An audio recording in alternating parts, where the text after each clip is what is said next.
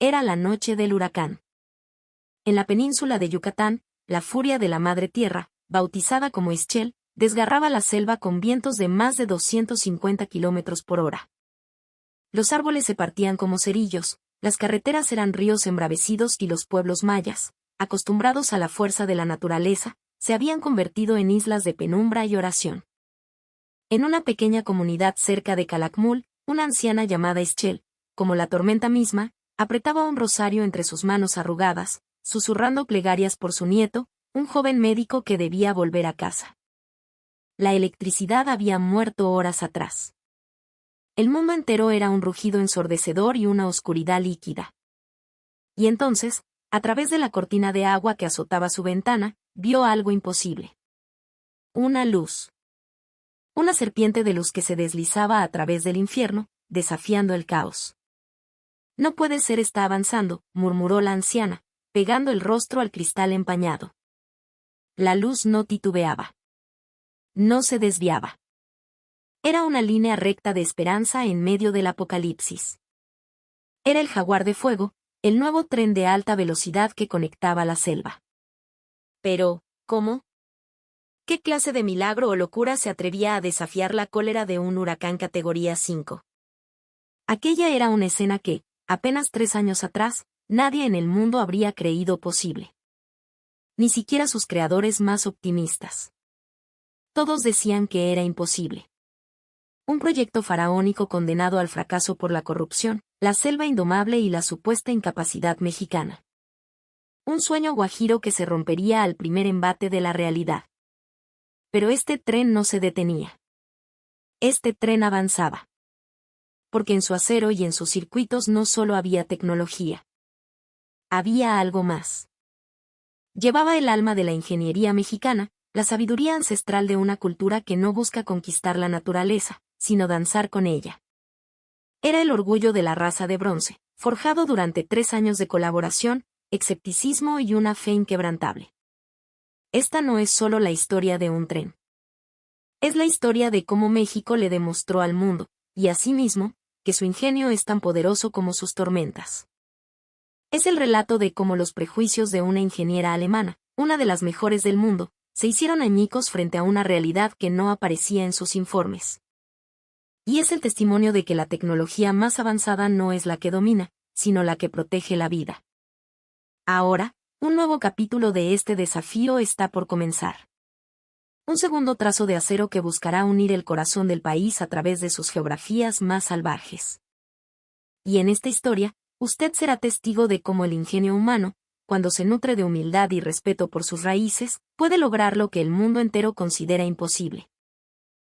3 años antes. El aire acondicionado del avión de Lufthansa zumbaba, creando una burbuja estéril que mantenía a raya el calor pegajoso de la Ciudad de México, visible abajo como una mancha infinita de concreto gris. Elena Richter, ingeniera en jefe de una de las firmas de consultoría técnica más prestigiosas de Alemania, cerró de golpe el grueso expediente que tenía sobre las piernas. Un suspiro, mezcla de cansancio y escepticismo, se escapó de sus labios. ¿De verdad era necesario que viniéramos hasta aquí, Klaus?, preguntó en alemán, sin apartar la vista de la ventanilla.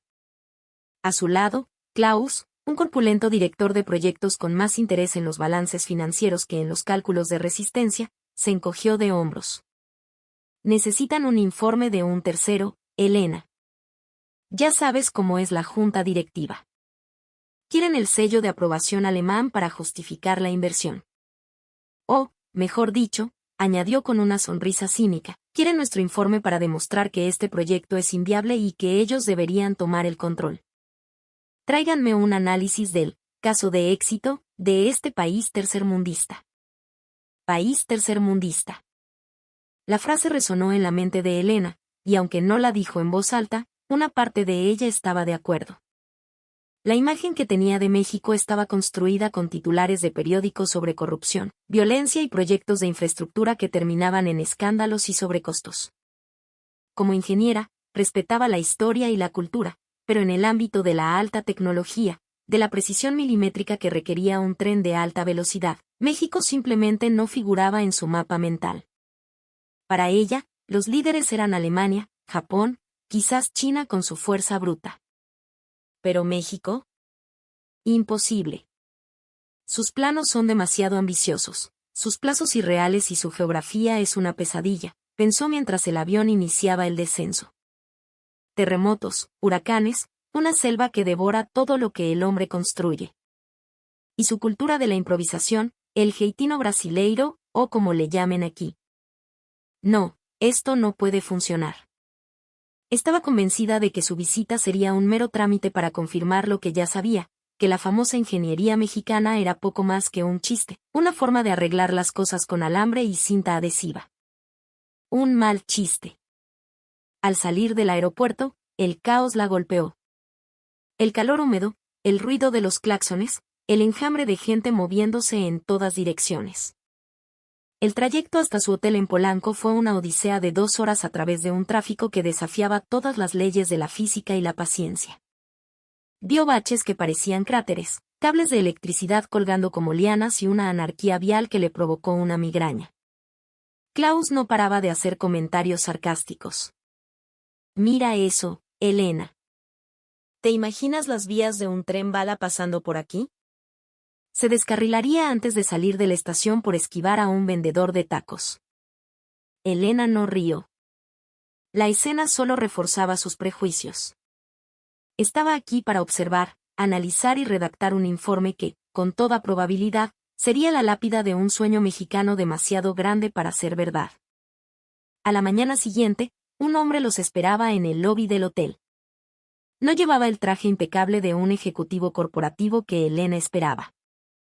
Vestía unos pantalones de trabajo de color caqui, una camisa de algodón y unas botas que habían visto mejores días. Su piel era morena, curtida por el sol, y sus ojos oscuros transmitían una calma que parecía fuera de lugar en medio de la frenética ciudad. Su apretón de manos fue firme. Ingeniera Richter, señor Smith. Bienvenidos a México. Soy el ingeniero Ramírez, a sus órdenes. Su inglés era claro, con un ligero acento que sonaba cálido. Un placer, ingeniero, respondió Elena con una formalidad fría. ¿Nos llevará a las oficinas centrales para la presentación? Ramírez sonrió levemente. Las presentaciones son para los políticos, ingeniera. Usted y yo somos gente de campo. Hoy vamos a ver dónde nace el acero, no dónde se firman los papeles. El viaje los llevó a las afueras de Querétaro, a un parque industrial que parecía un oasis de orden en medio del paisaje semidesértico. Elena esperaba encontrar un taller polvoriento, desorganizado, un reflejo del caos que había visto en la capital. Lo que vio la dejó sin palabras. Una enorme nave industrial, tan moderna y limpia como cualquiera que hubiera visto en Baviera, se erigía ante ellos. El logo en la fachada no era de Siemens ni de Alstom. Era un diseño estilizado de una cabeza de jaguar con las siglas del Instituto Politécnico Nacional.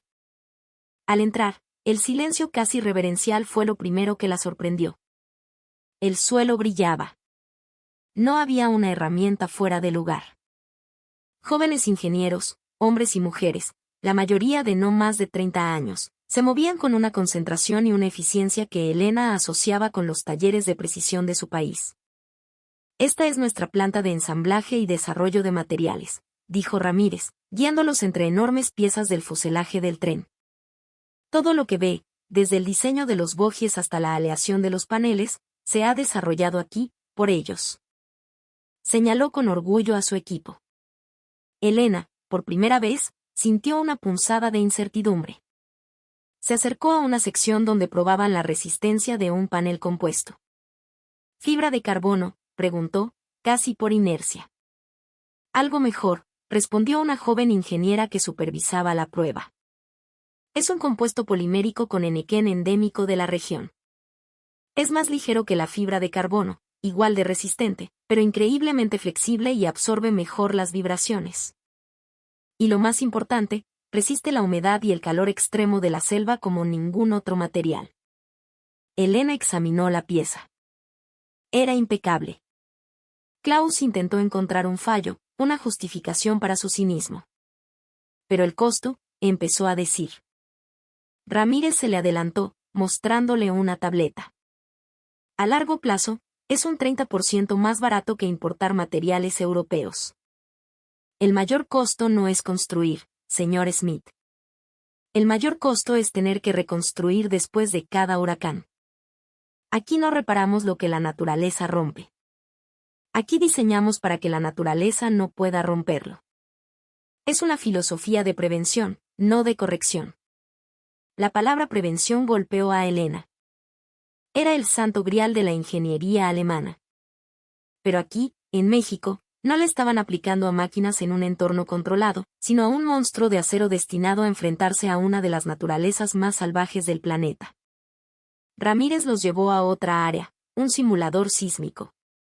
Como sabe, vivimos en una zona de alta actividad sísmica. Nuestros trenes no solo llevan amortiguadores.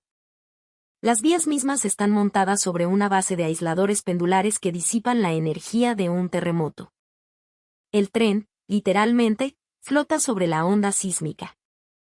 Eso es teóricamente posible, pero la implementación a esa escala, balbuceó Elena, sintiendo que sus certezas se desmoronaban. La teoría no salva vidas, ingeniera. La práctica sí, dijo Ramírez con suavidad. En México no tenemos el lujo de teorizar. Tenemos que construir para sobrevivir.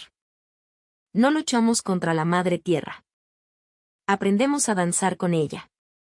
Esa frase se quedó grabada en la mente de Elena. Danzar con la naturaleza. Era una idea tan ajena a su formación, tan poética y, sin embargo, tan profundamente lógica. Miró a los jóvenes ingenieros a su alrededor, a su concentración, a su orgullo silencioso. No había arrogancia en ellos, solo una determinación tranquila. Y por primera vez desde que aterrizó, Elena sintió una emoción que no esperaba, una profunda, inquietante y fascinante sensación de que se había equivocado por completo. Esto no era un chiste. Esto era la verdadera ingeniería mexicana, y ella apenas estaba empezando a comprender su magnitud. El informe que tenía en mente comenzaba a parecer no solo erróneo, sino ridículo. De vuelta en la Ciudad de México, abordaron un prototipo del Jaguar de Fuego para un viaje de prueba hacia el sur. Desde el andén, la presencia del tren era sobrecogedora. Era más grande de lo que las fotos sugerían, con un diseño aerodinámico que recordaba a un felino a punto de saltar. Elena, como una niña ante un juguete nuevo y complejo, no pudo evitar inspeccionar los detalles. Se agachó para mirar los bojes, pasó la mano por las juntas casi invisibles entre los paneles del fuselaje. Klaus, mira esto. Es increíblemente liso, susurró. La unión de las placas de metal es prácticamente imperceptible. Seguramente para minimizar la resistencia aerodinámica, pero es necesario este nivel de perfección, respondió él, aunque en su voz se notaba un matiz de asombro que intentaba disimular.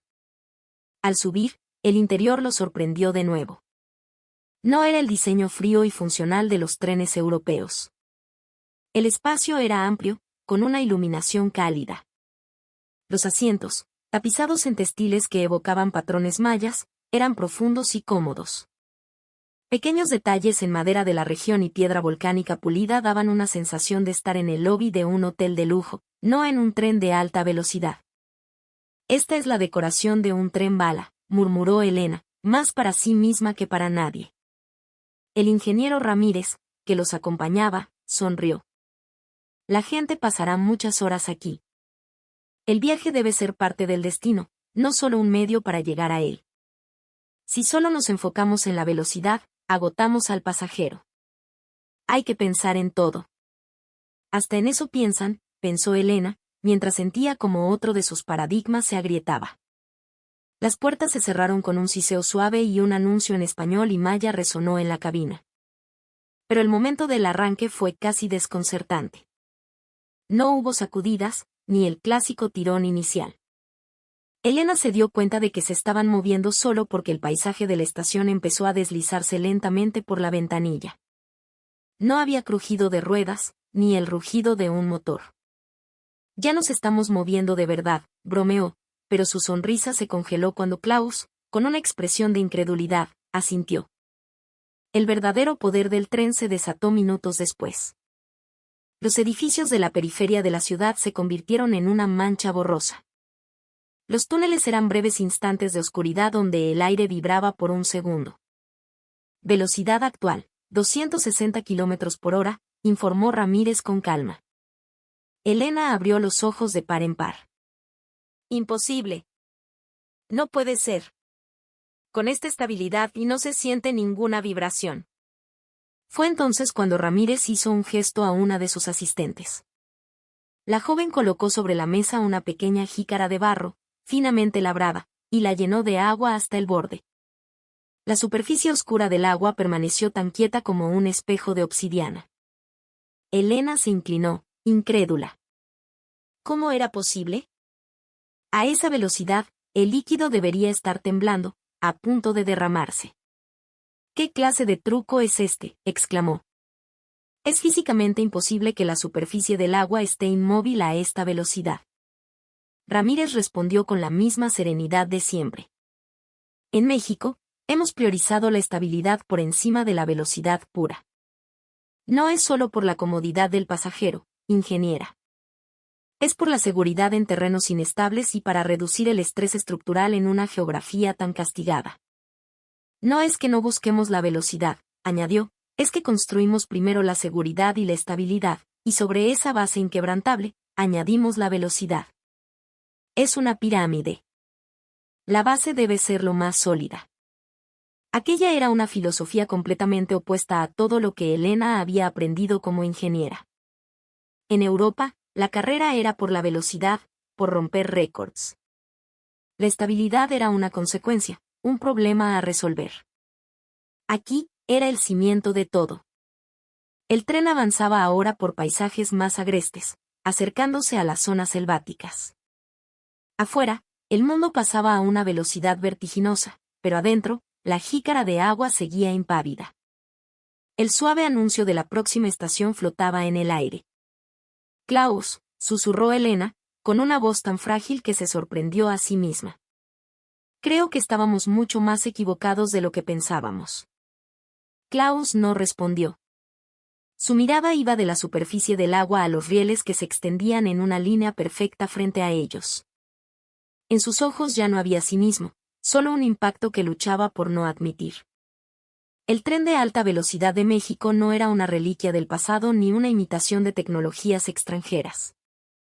Estaba en una dimensión completamente diferente, una a la que, quizás, nadie más había llegado todavía. Y el viaje apenas comenzaba. Su próxima parada era en el corazón de la selva, en una estación que era mucho más que una simple parada. Era la encarnación de toda la filosofía de la ingeniería mexicana. A medida que el tren se adentraba en el corazón de la península, el paisaje se transformó en un mar de un verde espeso y vibrante. Lloviznaba, y las gotas resbalaban por las ventanillas, pero el jaguar de fuego no reducía su marcha. En condiciones que en Europa habrían obligado a una desaceleración preventiva, este tren se deslizaba como si el clima fuera irrelevante. Próxima estación, corazón de la selva, anunció la voz. Elena se asomó, intrigada. Estaban en medio de la nada, en el corazón de una reserva de la biosfera. ¿Qué clase de estación podrían haber construido allí? El tren redujo la velocidad y se deslizó silenciosamente hacia un andén. Lo que vio la dejó atónita. No era una mole de concreto. La estación estaba diseñada como una serie de plataformas abiertas bajo una enorme cubierta que imitaba la forma de una hoja de ceiba. La estructura estaba hecha de materiales locales y parecía fundirse con el entorno. Largos techos cubrían los andenes y, bajo sus pies, notó unas rejillas de drenaje dispuestas a intervalos perfectos. Pero lo que más la impactó fue lo que no vio. A pesar de la lluvia, los rieles estaban casi secos. Es increíble, dijo Klaus, asomándose a las vías. Hay tanta humedad y lluvia, pero no hay ni un charco en las vías. Es más, se siente calor. Ramírez sonrió, anticipando la pregunta. Las vías tienen un sistema integrado. Es una combinación de tuberías de agua caliente que usan energía geotérmica local y un sistema de drenaje profundo inspirado en los antiguos sacbés mayas. El objetivo no es quitar la lluvia cuando ya ha caído, sino evitar que se acumule. De nuevo, la prevención. Otra vez la prevención, murmuró Elena, pero esta vez con una sonrisa de admiración. Caminaron por la estación y vio finos tubos metálicos rodeando los cambios de aguja. Los puntos de cambio son los más vulnerables a la obstrucción por lodo o vegetación, explicó Ramírez. Aquí, un sistema de aire a presión y un lubricante biodegradable especial los mantiene limpios y operativos 24/7. Múltiples sistemas de respaldo. Si uno falla, otro toma el control. ¿Y si todos fallan?, preguntó Klaus. La naturaleza siempre puede superar nuestras previsiones, señor Smith. Por eso, el sistema no es solo para prevenir. También para proteger. Si los sensores detectan un fallo múltiple o una inundación repentina que supere la capacidad del drenaje, el tren recibe una alerta automática y se detiene en la zona segura más cercana. El objetivo final no es que el tren nunca se detenga. Es que nunca se ponga en peligro una vida. Luego los dio a una instalación subterránea. Era un enorme centro de recolección de agua. El agua es el mayor desafío en la selva, dijo Ramírez. El agua que disipa el calor de las vías, la que drena la tormenta, toda es canalizada, filtrada y reutilizada para el mantenimiento de la estación y reinyectada en los acuíferos subterráneos. No le quitamos nada a la selva. Solo tomamos prestado su poder y se lo devolvemos limpio. Elena se quedó sin palabras. Era un ciclo perfecto, un ecosistema tecnológico en armonía con el natural. Es perfecto, susurró. Es lo que se necesita para que un tren de alta velocidad pueda operar aquí todos los días del año, contestó Ramírez. Mire, nosotros hemos lidiado con el poder del agua desde hace siglos. Sabemos que no es un enemigo. Pero si no la respetas, te devora. De regreso en el tren, Elena miraba el paisaje verde pasar, pero su mente estaba en otra parte. La tecnología que había visto, la filosofía detrás de ella, todo era un golpe a su soberbia profesional. En Alemania estaban orgullosos de su capacidad para combatir y dominar la naturaleza. Pero los mexicanos ellos no la combatían. Vivían con ella. Era un enfoque similar en la superficie, pero fundamentalmente diferente en su esencia. Klaus, tenemos tanto que aprender de ellos, dijo en voz baja. Klaus, por primera vez, asintió sin reservas. Y parece que esto no ha terminado. Ramírez dijo que el clímax de la visita sería esta noche. ¿La noche? Elena no entendía. Pero esa noche, en la antigua ciudad de Mérida, recibiría un impacto aún mayor que el tecnológico.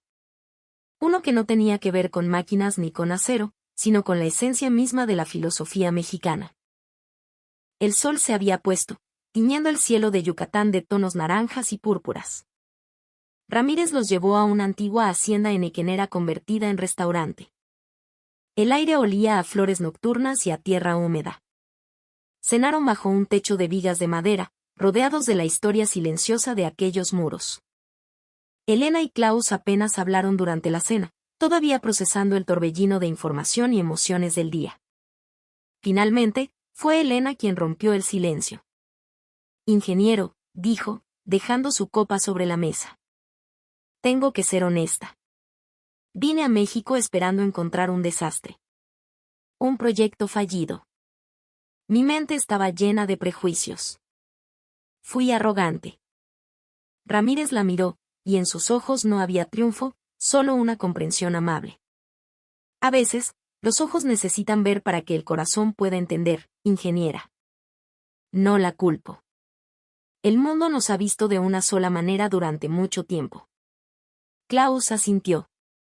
Creíamos que los estábamos superando en todas las métricas. Velocidad, eficiencia de costos, innovación en materiales. Pero hoy me di cuenta de que el valor real de lo que ustedes están haciendo no se puede medir con nuestras cifras. Ustedes están construyendo confianza, seguridad. Y eso no tiene precio. Fue entonces cuando Elena, en un impulso que sorprendió incluso a Klaus, se inclinó sobre la mesa. Ingeniero, el mundo necesita aprender de esto. Mi compañía, mi país tenemos nuestros propios desafíos. Inundaciones, olas de calor, un clima cada vez más extremo. Nosotros luchamos contra la naturaleza. Ustedes la escuchan. Debemos trabajar juntos. La propuesta quedó flotando en el aire. Klaus la miró, atónito por su audacia.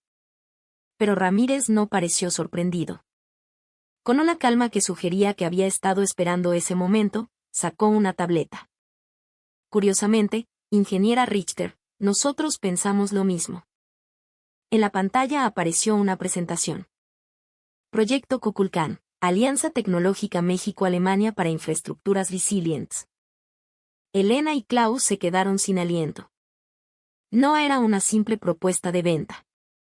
Era un plan detallado para una colaboración a gran escala. ¿Por qué con nosotros?, preguntó Klaus. Porque su precisión y su disciplina son legendarias, respondió Ramírez. Y porque nuestra resiliencia y nuestra capacidad de adaptación nacen de la necesidad. Si combinamos la precisión alemana con la ingeniería mexicana a la brava, podemos crear algo que el mundo nunca ha visto. Un nuevo estándar global para infraestructuras que no teman a la naturaleza. El corazón de Elena latía con fuerza. Nunca, en toda su carrera, había considerado compartir tecnología de esta manera. La tecnología era poder, una ventaja competitiva, un secreto nacional. Pero los mexicanos la veían de otra forma. Pero la propiedad intelectual, objetó Klaus, volviendo a su rol de hombre de negocios. ¿Cómo se manejaría? ¿Quién sería el dueño de las patentes que surjan de esta colaboración? Era la pregunta del millón, la que solía atascar negociaciones durante meses. La respuesta de Ramírez fue tan simple como revolucionaria. La propiedad intelectual será compartida, por supuesto. Y cualquier tecnología relacionada directamente con la seguridad de vidas humanas será de código abierto, disponible para cualquier país que la necesite. Código abierto, repitió Elena, incrédula. Sí, afirmó Ramírez con una convicción serena. El conocimiento que salva vidas no debe tener dueño ni pasaporte. Debería ser patrimonio de la humanidad. Un huracán no distingue fronteras. Nuestra capacidad para sobrevivir a él tampoco debería tenerlas. Elena sintió un escalofrío. ¡Qué visión tan inmensa! En su mundo, la tecnología era un arma en una guerra comercial. Para Ramírez, era una herramienta para la supervivencia colectiva. Esa noche, el apretón de manos que selló el acuerdo no fue solo un pacto comercial. Fue un encuentro de dos mundos, un juramento para compartir valores. Construyamos juntos el futuro, un futuro que resista cualquier tormenta, dijo Ramírez. Elena asintió, con los ojos brillantes. Con todo nuestro conocimiento. Lo que he visto hoy ha cambiado mi vida. Quiero ver a dónde nos lleva este camino. Klaus sonrió, finalmente rendido. Tendremos que estar a la altura de su filosofía de la prevención, ingeniero. Le aseguro que lo haremos. La jícara de agua sobre la mesa del tren había permanecido inmóvil. Pero en esa mesa, en el corazón de Yucatán, algo mucho más grande se había puesto en movimiento. El verdadero cambio, sin embargo, estaba por llegar. 3 años después, en medio de la peor tormenta en un siglo, esa alianza daría a luz no solo a un tren, sino a una leyenda. A la mañana siguiente, Elena y Klaus estaban de vuelta en la planta de Querétaro. El ambiente era eléctrico. En una pantalla gigante, ya se proyectaban los primeros borradores del proyecto conjunto. Este es el diseño conceptual inicial del Kukulkan Rhein, un tren para climas extremos, explicó Ramírez. El diseño era una fusión de la elegancia aerodinámica del Jaguar de Fuego y la robustez de un tren de carga alemán. Se sucedieron las explicaciones técnicas. Fase 1. Intercambio de datos. México compartiría sus modelos predictivos de huracanes y datos sísmicos. Alemania, sus estudios sobre la fatiga de metales en temperaturas bajo cero. Fase 2. Intercambio de ingenieros. Equipos de ambos países pasarían 6 meses en el otro, aprendiendo en el campo. Fase 3. Desarrollo conjunto. Klaus, volviendo a su escepticismo práctico, levantó la mano. Insisto en el tema de la propiedad intelectual. Compartir todo es muy noble, pero en la práctica. Ramírez lo interrumpió. pero no con datos, sino con una pregunta. Señor Smith, si su familia estuviera en un tren a punto de ser golpeado por una inundación, ¿le importaría si la tecnología que lo salva fue patentada en México o en Alemania? La sala quedó en silencio. Klaus tragó saliva, desarmado. La seguridad no es un negocio. Es un derecho, continuó Ramírez. Por supuesto, habrá tecnologías comerciales que protegeremos juntos. Pero los algoritmos de detección de fallos, los diseños de drenaje, los protocolos de evacuación, eso debe ser para todos. Piénselo como una vacuna para nuestras infraestructuras. ¡Qué forma tan brillante de verlo! Elena estaba maravillada. No estaban vendiendo un producto, estaban compartiendo una cura. Ingeniero Ramírez, dijo Elena, poniéndose de pie. En nombre de mi país, y en el mío propio, no solo aceptamos. Le pedimos que nos permita participar. Ayer vi la diferencia entre nuestras tecnologías. Hoy veo un futuro que me inspira a desafiar nuestros propios límites. Ramírez sonrió, satisfecho. Entonces, comencemos a escribir una nueva historia. En ese momento, el proyecto Kukulcán nació oficialmente. Pero era solo el prólogo. 3 años después, esa promesa se convertiría en acero y correría a través del infierno. Y así volvemos al presente. A la noche del huracán Ischel. El Jaguar de Fuego no era un prototipo. Era la primera maravilla nacida de aquella alianza. A bordo, en la cabina de control, el ingeniero Ramírez no estaba solo. A su lado, con la misma concentración y calma, estaba Elena Vector, ahora directora de operaciones del proyecto conjunto. Su español era fluido, salpicado de modismos mexicanos que había adoptado con cariño. Los sensores de las vías adelante reportan una acumulación de agua de nivel 3, pero el sistema de drenaje está operando al 120% de su capacidad. La vía está despejada, informó ella, leyendo los datos en su pantalla. Bien hecho, Elena. La modificación que tu equipo propuso para las bombas de desagüe está funcionando a la perfección, respondió Ramírez. Afuera, el mundo se deshacía. Adentro, era un santuario de paz y tecnología.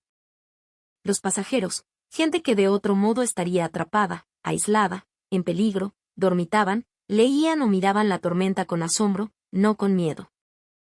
Entre ellos estaba el nieto de la anciana Ischel, el joven médico que había ido a una comunidad remota a una emergencia y ahora volvía a casa sano y salvo.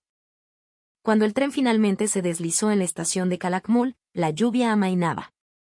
En el andén, una multitud que había desafiado el final de la tormenta estalló en vítores y aplausos. La anciana Ischel corrió a abrazar a su nieto, llorando de alivio. Más tarde, frente a las cámaras de noticias de todo el mundo, Elena tomó el micrófono. Ya no era la ingeniera fría y escéptica de hacía 3 años. Sus ojos brillaban con una pasión que había descubierto en esta tierra. Hace 3 años, vine a México a evaluar un proyecto, comenzó. Vine con la arrogancia de mi conocimiento técnico, creyendo que sabía cómo se debían hacer las cosas. Pero México me enseñó una lección mucho más importante. No se trata de imponer la tecnología sobre la naturaleza. Se trata de usar nuestro ingenio para escucharla y respetarla. La multitud la escuchaba en silencio. Este tren, continuó, su voz cargada de emoción, no es solo una maravilla de la ingeniería alemana y mexicana. Es el resultado de la humildad. Es la prueba de que cuando colaboramos, cuando compartimos el conocimiento que protege la vida, podemos lograr lo imposible. Este tren es el corazón de la raza de bronce, fuerte, resistente e increíblemente inteligente. Ramírez, a su lado, asintió con un orgullo silencioso. Hoy, mientras el huracán rugía afuera, este tren se mantuvo firme. No porque sea más fuerte que la tormenta, sino porque fue diseñado con la sabiduría de un pueblo que ha aprendido a sobrevivir a 1000 tormentas. El mundo cree que México es un país de problemas. Hoy, México le ha dado al mundo una solución. Un aplauso atronador barrió la estación. El Jaguar de Fuego había transportado más que pasajeros esa noche. Había transportado la esperanza de comunidades aisladas, la prueba de una colaboración sin precedentes, sobre todo, el rugido de una nación que le demostraba al mundo que su futuro, un futuro brillante y resiliente, lo construían ellos mismos. Y ese rugido apenas comenzaba a escucharse.